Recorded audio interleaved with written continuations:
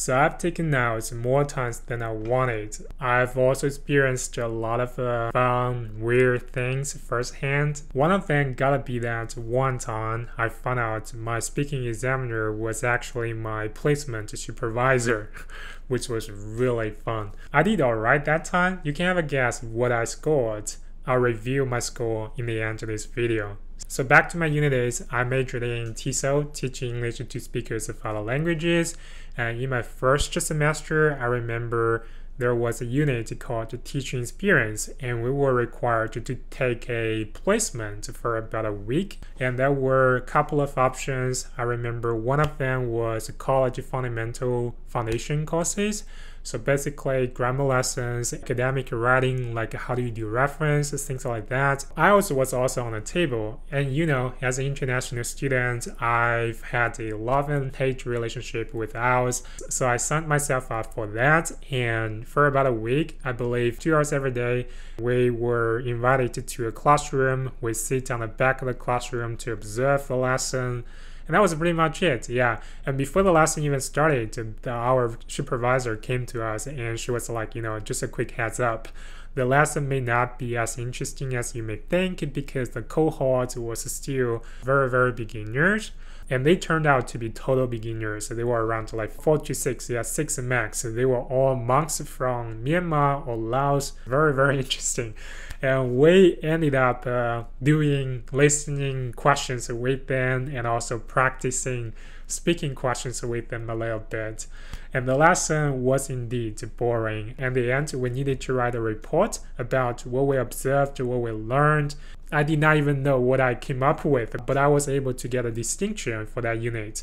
Oh, by the way, if you're interested in maybe some videos about what it is like studying in TESOL overseas here in Australia, like this video to let me know. Fast forward to my IELTS exam day, written test was in the morning. After finishing that, I did not have enough time to get lunch. So I quickly went back to the test center. I was sitting there after checking in, very, very nervous.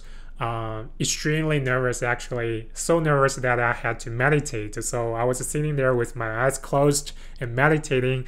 I guess a lot of people was looking at me, look at that weirdo, what is he doing? A few minutes later, the examiner came towards me. I was looking at her. Isn't that my supervisor? And I was thinking, like, struggling, should I say something or shouldn't I say anything? As I was having this inner conversation with myself, she greeted me. She was like, how are you feeling? So I guess she didn't recognize me. So I answered honestly. I was really nervous. I was even meditating before you just came. And she was like, don't be nervous. It's just, you know, a normal conversation. 15 minutes and then it's over. So yeah, she was very nice. In part 1, I was so glad she didn't ask me anything about my job and study. Otherwise, I'll probably say something about the placement. I'm not a very good liar, so I'm so glad she didn't ask me anything about that, but instead asked me something about where I live. So part 1 went pretty smoothly. And part 2, I still remember, it's about a traditional product in your country. And I talked about rice dumpling, Dragon Ball Festival, you know, those kind of stuff. And then part 3 is about culture. Overall, it went pretty well, except there was 1 or 2 questions, which is about, you know, the differences between old people and young people, their attitudes toward culture, anyway, something like that. And I said, like, old people, they're not as open-minded as young people. Young people are embracing like different cultures very openly, but old people, for example, my grandparents, they've never been to like big cities in China, let alone overseas. Like, they didn't even know there's some other possibilities, there are some other cultures out there. So after saying that, I looked at her, I was like, oh my gosh, shit, I probably shouldn't have said that, because she's younger than my grandparents, but she's definitely old enough to be a grandparent. And I was like, oh my god, I hope I didn't offend her. Overall, it went pretty smoothly, other than this question. After finishing the test, I was so relieved. I was so glad that it's eventually over, and I felt overall it went pretty well. I'm expecting at least an 8, and the result came out. I got 8.5 overall, 8.5 in my listening and reading, and 7.5 on my writing.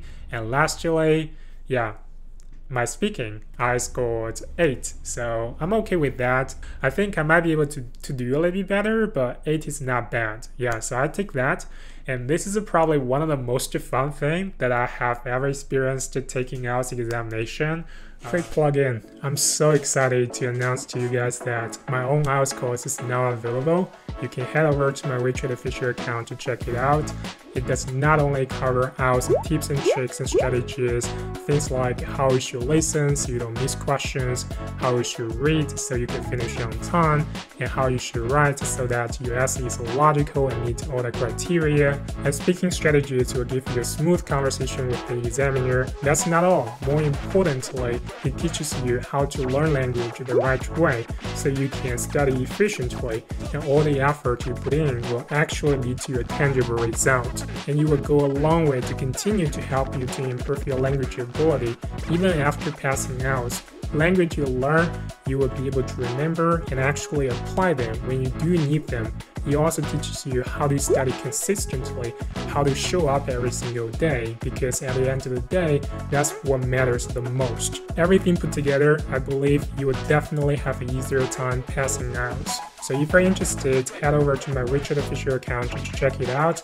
I'll put something here or there. I'll also try to leave a link down below in the description. And also, a PTE course is coming up next. I'll let you guys know when it's ready. Alright, back to the video. Even more interesting was another time I met the same exact speaking examiner twice in a row, and she even asked me looking at me like, why did you come back? It was also a pretty fun experience, so like, share, subscribe so that you don't miss out. Anyway, I hope you have fun watching this one. My name's Kevin. This is an IELTS series where I document my journey from going from IELTS Band 5 to Band 8.5. Like always, I'll see you guys in the next one. Bye!